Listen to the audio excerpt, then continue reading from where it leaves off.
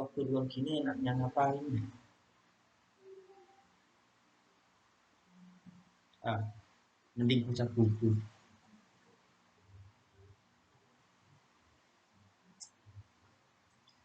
Mending baca buku.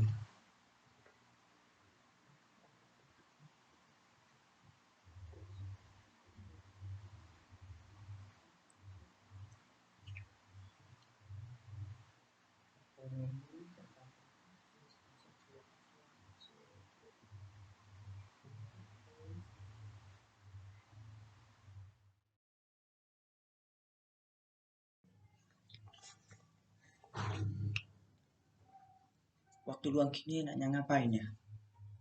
Biar gak bosen. Mending main game.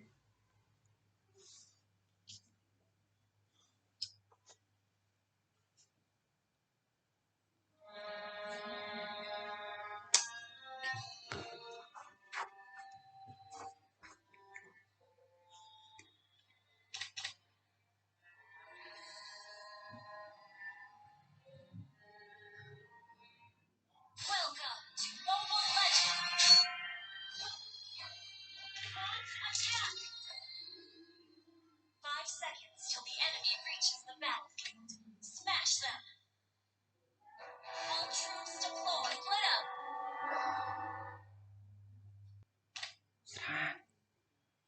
Need assistance!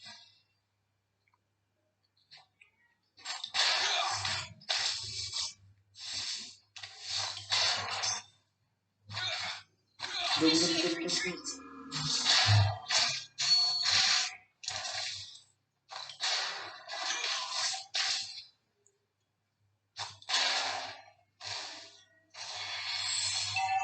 ini tidak pantas. Tunduk padaku.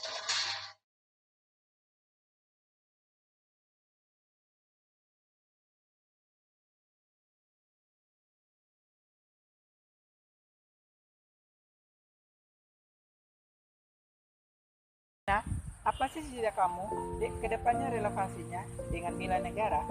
Cita-cita saya ke depan memperbaiki perdagangan nasional, perekonomian pasca pandemi COVID-19 dengan upaya menyelamatkan usaha mikro kecil dan memberikan insentif pajak. Selain itu, saya juga ingin mengatasi perekonomian pedagang kecil yang disebabkan oleh pandemi saat ini dengan cara menyiapkan bantuan sosial, sektor informal, dan stimulus bagi usaha mikro, kecil, dan menengah. Cara lainnya adalah dengan rela berkorban untuk menyediakan waktu dan tenaga membantu pemerintah dalam menolong sesama warga masyarakat dan aktif mencari solusi baru. Jadi, teratasinya perekonomian dan cara memperbaiki perdagangan nasional akan mengurangi pengangguran, memajukan bangsa dan negara Indonesia akan bisa bersaing dengan negara lain.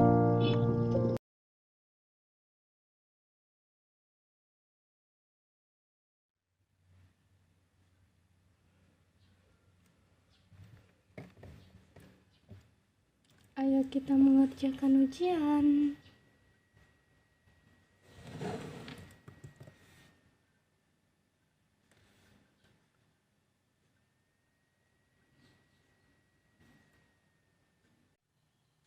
Milik negara manakah laut yang di lingkar merah itu? Oh, itu mah gampang banget. Cina, Malaysia, Indonesia, Vietnam. Jelas-jelas Indonesia lah, itu kan Laut Natuna Utara.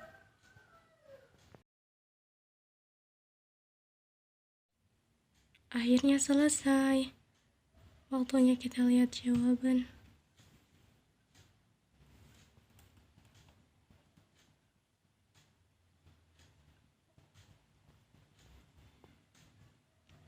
Loh, kok Cina sih? Harusnya kan Indonesia. Duh, ibunya gimana sih? Aduh, nggak bisa gini nih. Ini udah jelas-jelas milik Indonesia loh lautnya. Udah diakui jelas oleh PBB sejak lama. Ya kali milik Cina. Dan jelas-jelas ini milik Indonesia kok.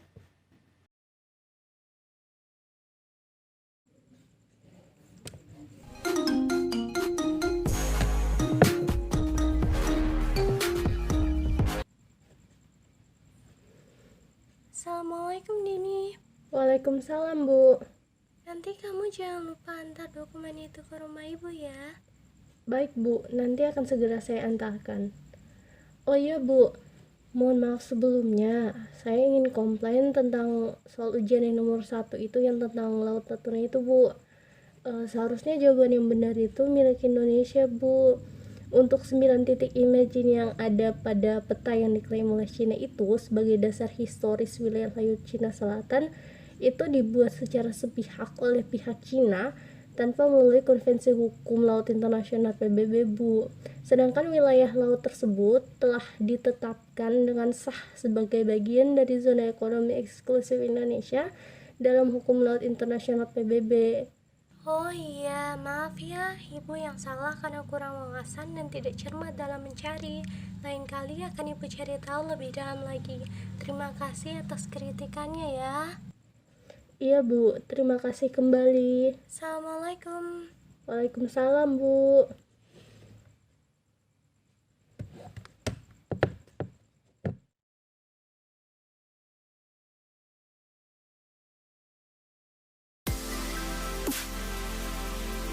Dengan adanya dampak positif, tentunya ada juga dampak negatif dari pengaruh globalisasi. Seperti saat ini, hilangnya rasa cinta tanah air di kalangan generasi muda, yang disebabkan tidak memfilter budaya yang masuk dan lebih merasa gaul dengan mengikuti budaya kebarat-baratan.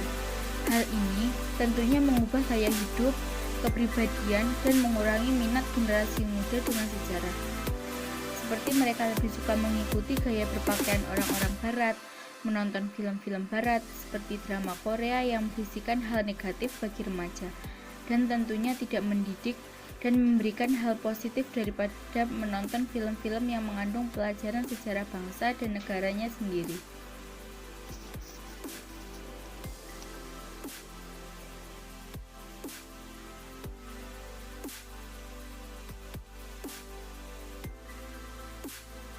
Dampak positif dari globalisasi bisa dikatakan sangat berpengaruh dengan kemajuan zaman. Apabila globalisasi dimanfaatkan dengan sebaik mungkin, sangat akan membawa pengaruh yang menguntungkan, seperti halnya pemanfaatan media sosial yang memudahkan dalam hal komunikasi. Tidak hanya digunakan untuk berkomunikasi, media sosial juga dapat digunakan untuk menyalurkan bakat dan hobi. Tak hanya itu, saat ini banyak bisnis online yang menggunakan media sosial untuk mengembangkan bisnisnya, dan tentunya hal itu mempermudah aktivitas manusia. Jejaring internet juga memudahkan pelajar untuk belajar dan mendapatkan wawasan yang luas dari berbagai sumber di internet. Apalagi di masa pandemi saat ini yang mengharuskan untuk para pelajar belajar online.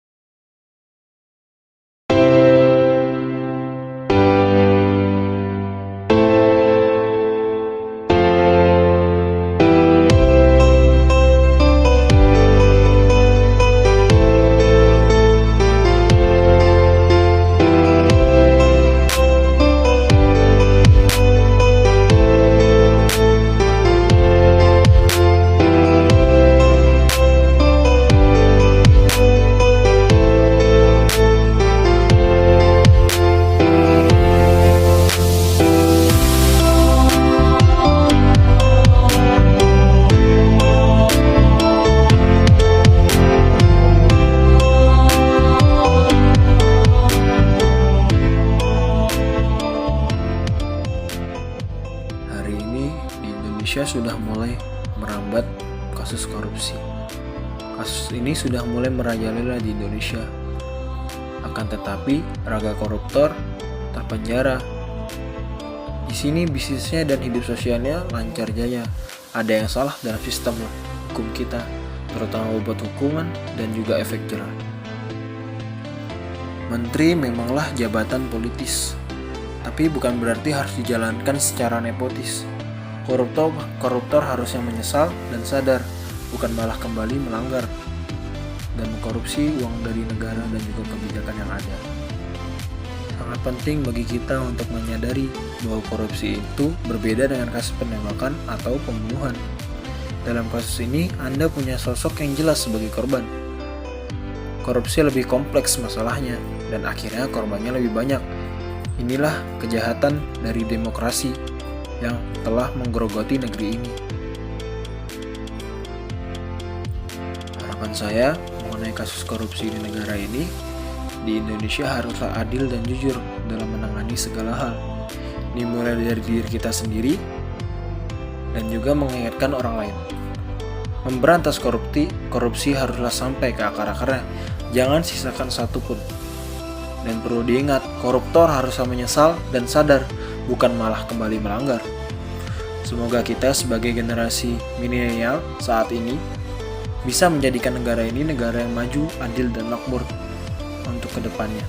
Kalau bukan dari diri kita, siapa lagi?